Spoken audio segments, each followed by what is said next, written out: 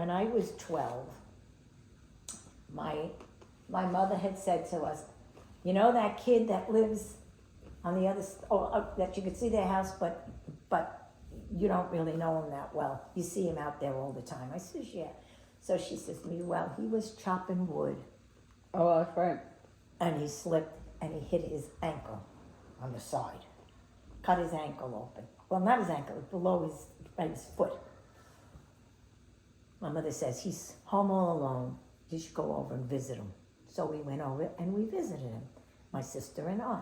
And of course, after work, my husband now, he used to work at Elise's grocery store on Main Street in Rocky Point. He came over to visit his friend because he knew him. Oh, his friend with the broken ankle. With the ankle. Yeah.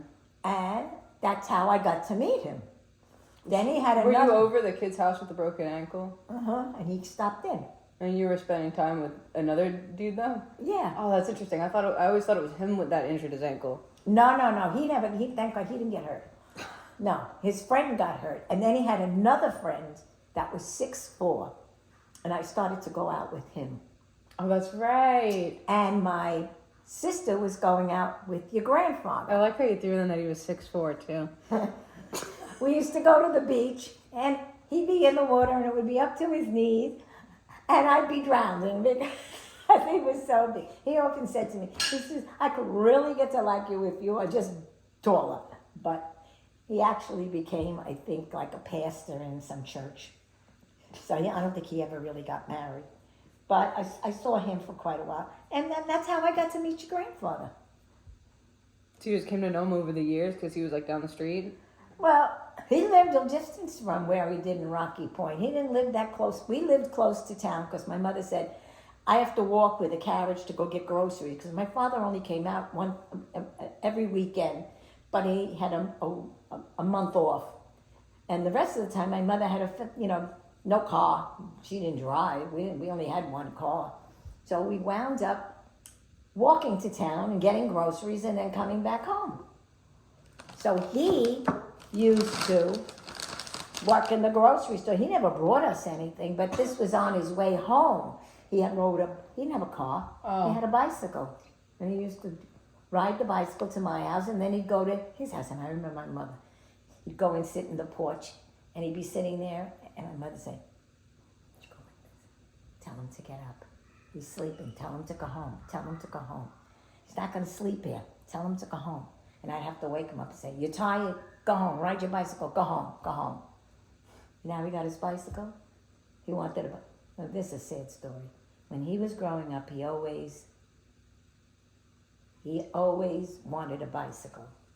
And he gave his mother money from the supermarket that he worked and all his tips and everything because they needed the money. And he said to his mother, Mom, can you just take a few dollars out of that? I want a bicycle. I really want a bicycle. Well, he never got the bicycle. He was very upset about that. He never got the bicycle. So when he was living in Rocky Point, he was going to walk. He had to walk to work. And it wasn't close. Yeah. His aunt had an exercise bicycle. And they converted it into a regular bicycle. And that's how he got his bicycle. Wow. That's pretty inspiring, though. Mm-hmm. That's very creative. So that's how he got the bicycle. Until he finally got a car when he got a little bit older. Then he got a car. Because, he was 3 years older than me. Like, I'm 16. And he's 19. That's like a grown-up to us. And I was like a kid. I mean, I was like 17 with a 19-year-old, a 20-year-old. I stay having I'm still around a lot of guys that are like 3 years older than me. I think that's a good gap, but also it's different when you're 16 and 19 versus like 21 and 24. Yes. It's very different. Yes, that's when we got married. I was 21, he was 24. We would have been married 61 years.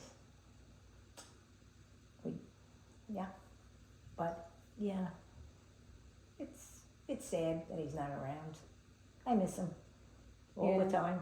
Yeah. What are you gonna do? That's life. You gotta push on. You think about it. You love him to death, and that's it. You just do the best you can, and that's what I'm doing. The best I can.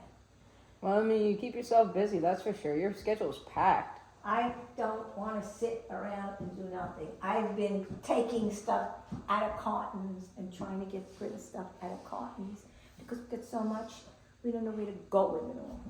Cartons? Yeah, cartons. Like milk crates? Like, No, cartons where I put all my stuff in when I moved.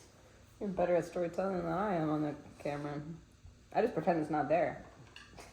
Yeah, well, you do the best you can. But it's been a lot, you know, and then you move stuff from one place and you move it to the other. So you're back and forth. That's all. You do like I said, the best you can. I love you, Nana. I love you too. I'm glad to see you. Thank you for making me tuna. Do you have a dishwasher? Yes, I do. Right here. Nice. It's really nice, too. Oh, I've never seen a dishwasher like this. I have two of them in the other house. What is this?